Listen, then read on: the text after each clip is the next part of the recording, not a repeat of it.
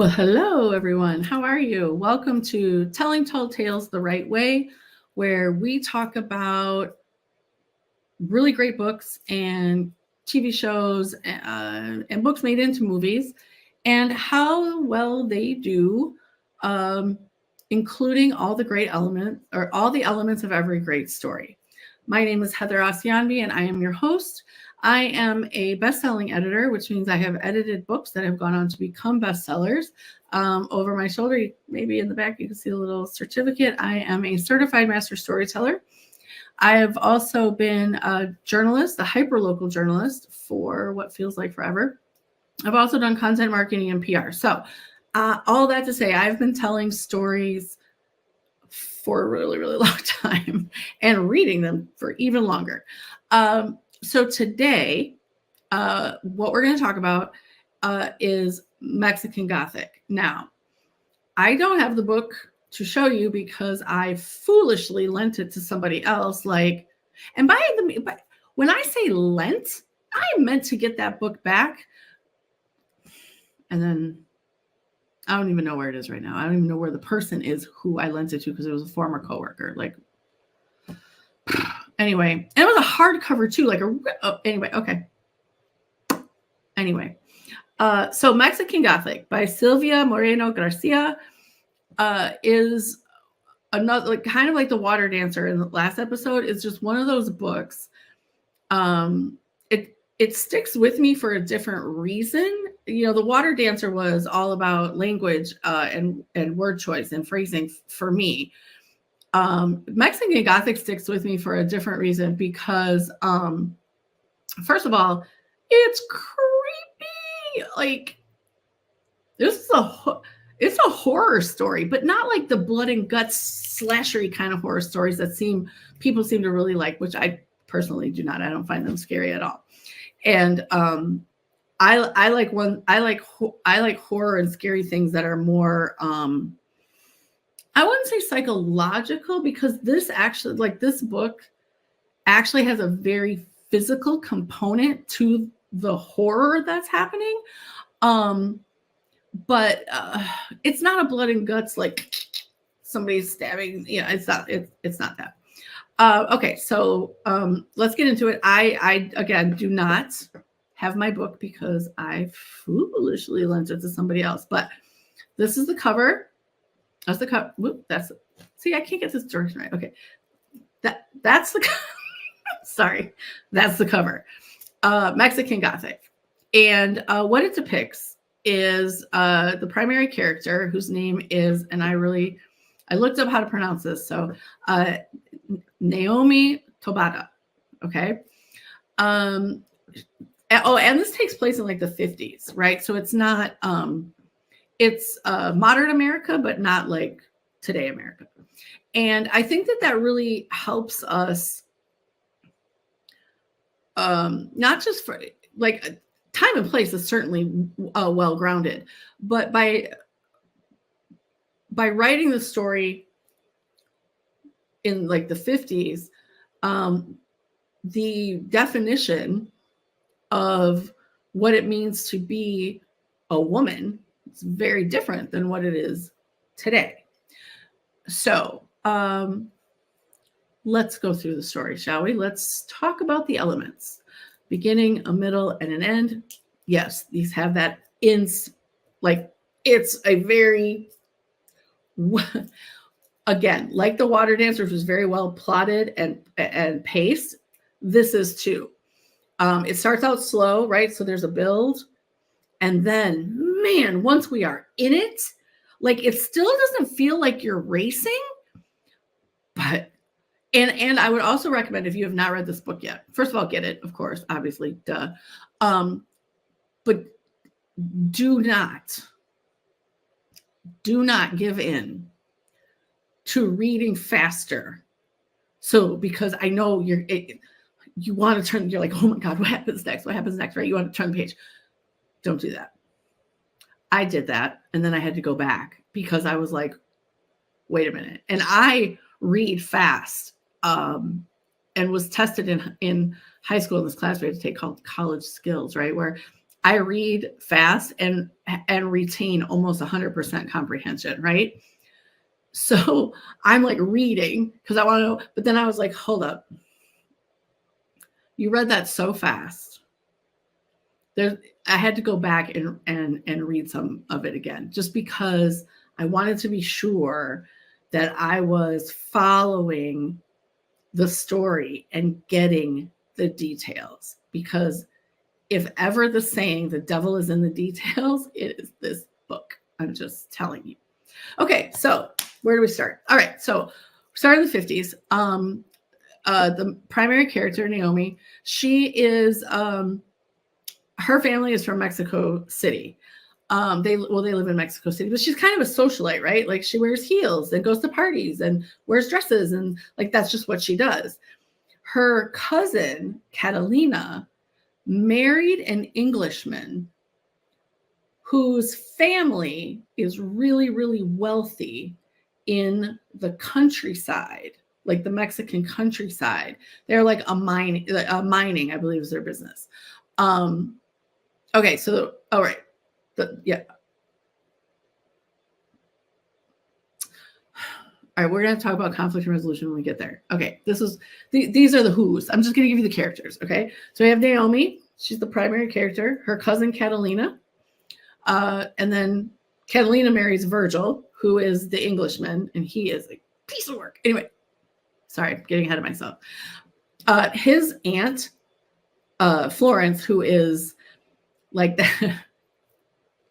She's the stern-faced matriarch that like every horror story rooted in family needs to like keep it going, right? Francis is her son, and he's just so sweet. He is sweet, but not dumb, not sweet in the I don't know what my family's doing. He is full on aware and doesn't like it. Okay, and then we have Howard Doyle. Now, he supposedly is Florence's father, which we'll get into that. Okay, I'm getting ahead. Okay, so what is the plot of this story? Catalina marries Virgil and goes to live in his family home called High Place in the Mexican countryside. She sends a letter to her family, and Naomi's dad is like, you got to go check out what's happening with Catalina. Like, what is the deal? So Naomi's like, okay, well, it can't really be that bad, right? So she packs her dresses and her heels and her makeup. And she's like, okay, we're going to go, right? Now, the way that I described her is a very frilly paraphrase, because while she is definitely not like kick-ass action movie, horror movie heroine kind of, she is really smart and very determined. And so she has this underpinning of strength that kind of belies her superficial outward appearance. I'll just say that. Okay. That's what kicks it off. Now, where does this take place? This takes place almost exclusively at High Place, but also in the surrounding village. And that comes into play later in the story. Why?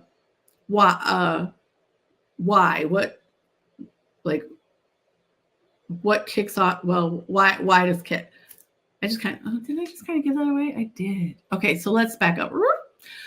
Well, no, I mean, the one and the why are kind of the same on this one, right? Like the plot is Naomi has to go figure out what's going on with Catalina, and if necessary, apparently bring her home, which is the letter is why the whole plot kicks off, right? So when it takes place is the 50s. And that is important because we don't have things like cell phones. Obviously, there are planes, trains, and automobiles, but we don't communication is not as easy or ubiquitous as it is now. And then how does all of this get pulled together? Let's talk about that. Okay, so Mexican Gothic. I'm just going to put this up again just so you can see the cover because it is kind of cool, right? Look. All right. So I want you to pay particular attention. I don't know if you can see it. Can I make this bigger? I don't know if I can. Anyway, if you can see it, wait, what does this dot let me do? Nope. Okay. The wallpaper. Pay attention to the wallpaper. Okay. All right. So what do we discover?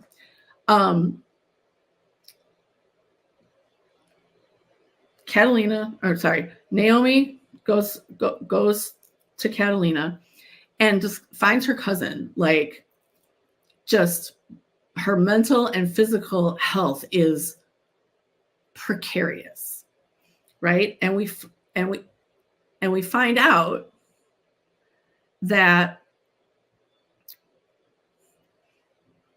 the family, I don't know how to say,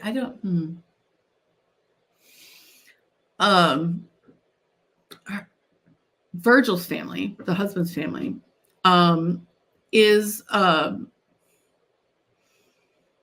okay. So mushrooms, right? They're fungi.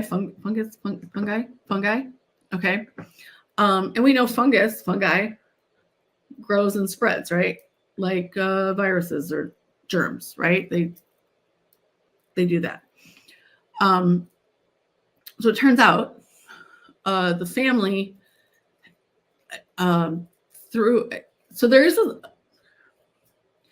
it's a horror story, right? Gothic, it is.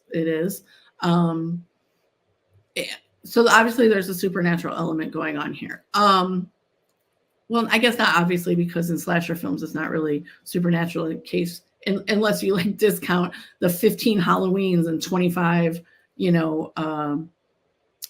Friday the 13th, right? Like whatever. But in true horror, right? Or in, well, I don't know about true horror. Doesn't matter. Anyway, so through some, I guess we'll call it magic because I don't know another word to use. The being that inhabits Howard Doyle, he's supposed to be Florence's dad, is actually like hundreds of years old. And they always need young outside blood to keep the family going. And there is a tie to mushrooms in that on one of the first nights that Naomi is at High Place, Florence gives her a cup of tea, saying it'll help her sleep. But really what it does is that starts to poison her. And Naomi realizes that that's what's happened to Catalina. And she thinks she's going a little crazy herself because she thinks she can see like the wallpaper like undulating and moving. And it turns out that mushrooms are actually part of the house. Like they live in the house. Like they're part. The house is mushrooms and mushrooms are house, right? And as a result of that, the fungi have, God, I'm trying to make this sound so not, like, I don't want to make it sound so weird that you don't want to go read it if you haven't read it, but it's just so good. So the Doyles have a physical connection to the house because of the fungi. I think that's the best way I can describe it. So primary conflict, obviously, is Naomi wants to get Catalina the hell up out of that house. But Catalina has had so much of this tea that now she is also tied to the house in certain ways. Not as strongly, obviously, as the Doyle family, but the whole point is once Catalina proves to not be made of like stern enough stuff to help the Doyle family continue its icky longevity, when Naomi shows up, they're like, hallelujah. She might be pretty and wearing dresses, but that girl has grit. We like her. We're going to use her to do this, right? They, of course, underestimate Naomi's will and determination to super not do that. Anyway, so the conflict is she needs to get Naomi or get Catalina away from this family and save her life. But it turns out she's also, Naomi falls in love with Virgil, Florence's son. He's kind and gentle, and he knows his family is just yucky, right? So to the surprise of no one, the three of them get away. As a result of them getting away, I don't remember if it's a fire or what starts it, but High Place actually physically collapses, right? The house collapses. So Virgil goes back to Mexico City with Naomi. And this is what I really loved about how Silvia Moreno Garcia does the end of the book. I mean, there's like little details in the middle that I mean, they're super cool and they do play into the story, but they're not integral to this conversation. But well, I'll talk about the end in a minute. What I loved most is there is a slow build as the audience. So we are not privy to the information about the Doyles before Naomi is. We discover that all of this as she does. It is as horrifying as you can imagine. I mean, mushrooms? Ew. I mean, it's like human sacrifice. It's a bunch of anyway. So we're discovering these things at the same time Naomi does. As she's thinking of ways to like get out of it, you know, and help Catalina at the same time she helps Virgil. You know, a couple of the plans, you know, go awry and she's got to course correct and pivot. But I mean, she's really, really smart. So she gets it done. Again, this is the plotting and the pacing of the novel. Do not read so fast that you're flipping pages because you will miss things that are really important because something will happen. Because again, this is what happened to me. I was reading really fast. Oh, I got to turn the page, And then I got to this one part and I was like, what? I don't remember reading. Wait, what? And I was like, yeah, because you read too fast, silly. Go back and read the rest. So then anyway, so don't do that. Don't let my mistake not be your mistake is what I'm saying. Don't use me as your example. Okay. Anyway, so now the end of the book. To the surprise of no one, High Place, you know, they get away. High Place actually physically collapses. And Naomi takes Catalina and Virgil back to Mexico City. Honestly, my memory is a little hazy about how Catalina recovers because I was so much more focused on Naomi and Virgil's dynamic. But this is where I really love what the author did. Virgil suffers once he gets away from High Place because he's so like what I learned, not through this book, but just because I learned it, I like to learn things that seemingly have no basis for anything. Trees and plants can communicate through the soil, right? They have these like filaments. That's not what they're called, but they go through the soil and they can communicate, which is why, and this is the example I found, is like there could be a forest of trees, right? And say a tree was struck by lightning and it collapsed and died, right?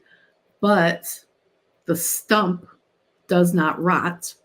And actually, you can see little shoots of trees potentially coming up.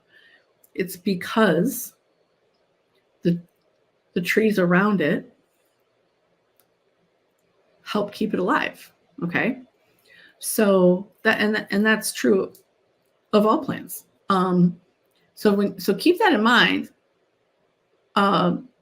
because that's basically how the Doyles become connected to the house, like through the fungi, right? So the fungi is connected to them through filaments that are not quite as physical as being like in the soil, but they kind of are. And so when Naomi is able to take Virgil away from High Place, he does suffer because I guess you could akin it to like withdrawal, right? Like when either an alcoholic or a drug addict, or anyone who's been on a medication for a while just quits like cold turkey, they go through withdrawal and it's painful and they suffer. And that's kind of what happens to Virgil. And he gets stronger every day. But what I appreciated is it wasn't just Virgil got away from the house and now he's like super cool and fine, right? No, he has to recover. He has to gain his footing, not just physically, but mentally and emotionally. His family is gone. He knows they were icky, but they were still his family, right? But also they gave him a sense of identity. He was a Doyle, like where his place in the world. And now he has to recover from this tie to the house through this fungus. Ugh. Sorry, just that it's just yuck. But he also has to recover, or not, I guess not recover, but discover his sense of self, right? Now Naomi is right there. Whew. She is right there with him, which I love, because he's not the hero he's the hero.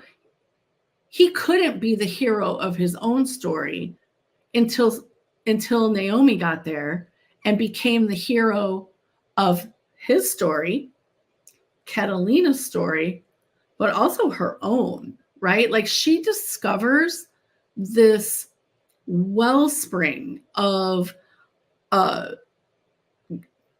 determination, and she always knew she was stubborn, like she says that a few times, but just the fact that she is willing to kind of go where no woman has gone before to save her family and now her love, and let's be clear, I do believe, don't quote me on this, but I do think she would have left Virgil behind. If he was like, I can't go, she would have been like, peace, and taken her cousin and gotten the hell out of Dodge. That's just my opinion. But at any rate, so I just really want you to just read the book. Like, look, there it is. There it is, right? There it is. Mexican Gothic, Silvia Moreno Garcia. It is such a good book. It is one of those books where you read it, you will stay up. Like if you're one of those people like me that reads before bed, I don't recommend that you read this book before bed, because you will lose sleep. Like you won't go to bed at the right time, and you'll wake up in the morning and be all groggy. But this is definitely one of those books. So anyway, if you have read Mexican Gothic, let me know in the comments, like, what did you think of it? What part of the book made you like sit up and be like, oh, okay. What did you think of Naomi? What did you think of her? Did the Doyles creep you out and gross you out as much as they did me? And then if you haven't read it, go get it. Order it. It's on Amazon. Wait, I'll even tell you how much it is. Hold on. Boop, boop. Hardcover is only $13.19. You can get the audiobook for $5.95. Like for real. Oh, and then get this. Okay. I found out. Now, I don't know when this was updated. Oh, first of all, this book, A Mexican Gothic, was named one of the best books of the year by the New Yorker, Vanity Fair. I'm looking at a list. NPR, the Washington Post, Marie Claire, Men's Health, Library Journal, right? Like, woo, okay. And get this, it won. It's been named one of Time Magazine's 10 best mystery and thriller books of all time. It is a winner of the Locus Award and nominated for the Bram Stoker Award for all the, Bram Stoker Dracula. And then I found out, and I don't know like when this is going to happen. I probably should look that up. It is in development from to become a I don't know if it's it's a limited series on Hulu. Ooh, I'll be tuning in. Okay, sorry. Hulu releases their things like once a week, which I both appreciate and don't, because I do appreciate a good binge, but I also like the anticipation of another episode coming. Okay, anyway, that's American Gothic today. Thank you for joining me. Please let me know in the comments if you've read the book, what you loved about it. If you didn't like it, let me know that too. And then if you have any ideas for what we should talk about in season 2, please let me know. So join me next week when we are going to talk about, for the season finale, Money Heist. That awesome series that was on Netflix, like the original one, Spanish, not the Korean one. Anyway, take it easy, and I hope you have a great morning, afternoon, evening, whenever you're catching this. Take care.